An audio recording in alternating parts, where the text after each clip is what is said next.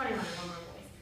But I went to school with 60-ish females, and I will say out of that, 5 of them never practiced. They got married through vet school, they started having children, and they never once practiced. And to be honest, it made me mad. I was like, why would you have gone to vet school? Why would you have taken someone else's spot if you're just going to have babies and you're not going to be that person? Having grown up a little and maturing a little, it's a very wrong statement to have. You get to make the decisions that you want to make with your professional life and your personal life.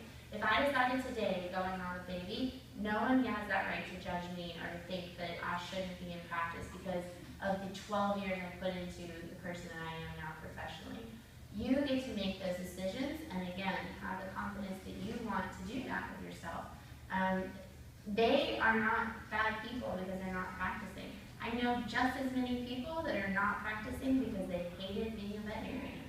It's not just because they had a child and that they wanted to be a mom. I would love to just be a mom right now. Again, not advertising.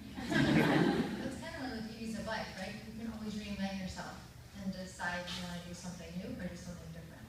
The other thing is it's the beauty of veterinary medicine. This profession can allow you to do anything. You don't have to be a practicing veterinarian to have a DVM. You can go in pharmaceuticals, you can go into the industry. You can work to be a charity person. Like, there's so much that you can do. The technology world is exploding. You can work from home and just make things for the future students of today. There's a lot of options, so don't cookie cutter yourselves. There was, yeah. Do you find that a lot of the issues you face in practicing would translate to going to academia? Ooh, we're getting spicy. Let's start. Why don't you start? I'll say from my perspective, yes and no.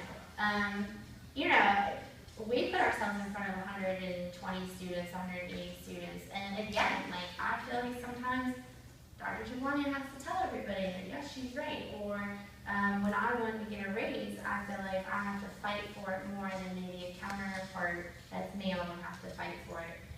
Whether or not it's in my head because of the professions and where we're at is a little bit skewed. I don't know the 100% answer to that. I do feel more challenged, like I need to do a better job and push for myself to get promoted more. But I don't know. I think my feeling is that this entire profession is changing towards having a very sort of even gendered role as far as our professional leaders and us being able to promote ourselves in our own careers. I would echo that to some extent. I would say yes and no. In practice, the difference for me was that it was my referring veterinarians that I was talking to that I had to gain their trust and confidence that came with time. In academia, it's students that I have to gain trust and confidence, and then additionally administration. And so it's just the same situation, it's just in a little bit different settings, so to speak. Yeah, I don't think I could make a direct comparison. I think the point is that no matter where you are, you're probably going to have an experience in your life that makes you feel like, oh, that makes me feel bad for having ovaries. Why? Why should I do that? But, you know. I've been told that. Stupid ovaries. I love them. But yeah, so you'll get experience everywhere. I've definitely felt it more in private practice than I do in academia, but that might just be where I am and who I work with. We have an alumni in the audience who has recently gone from being a Ross graduate to a faculty at Ross and then now a private practitioner back in Maryland. Like name, no. So Dr. Carnick was here. She left about 2 years ago and she's visiting. So maybe you have some perspective on academics. Well, Pearls. Any wisdoms you'd like to I know, I share? have kind of a loud voice, you may be able to hear me. So yes, I'm a small animal surgeon. I was teaching here a couple years ago, and back in practice. I guess I'll echo everything that these wonderful ladies have said.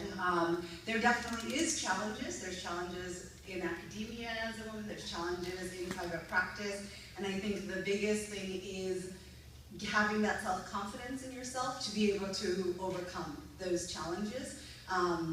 I still get asked, and I was saying to Dr. Little earlier, how many of these surgeries have you done? And it's really, they're trying to figure out how old I am. So it's also, you know, they think that I'm not old enough to be doing this. And when I tell them I graduated vet school in 2001, they're like, oh, crap, you are old. You know, so there's challenges in everyday life that we need to get through. But I think that doing things like this is one of those ways that you can learn to kind of overcome those hurdles. So enjoy your time here on the island, and then when you get off to clinics, learn lots from these ladies, and yeah, have a good rest of your day. And I'll just end it, because you do have class. If you guys ever want to have a conversation with us, we are welcome to make appointments with you. You can come and talk to us about individual circumstances that you are having, or just advice on a way to deal with the situation, or advice for your future career. And I would like to commend all the males that are in the audience for Women Empowerment Talk. You are the lucky guys. Good job. Great. So with that,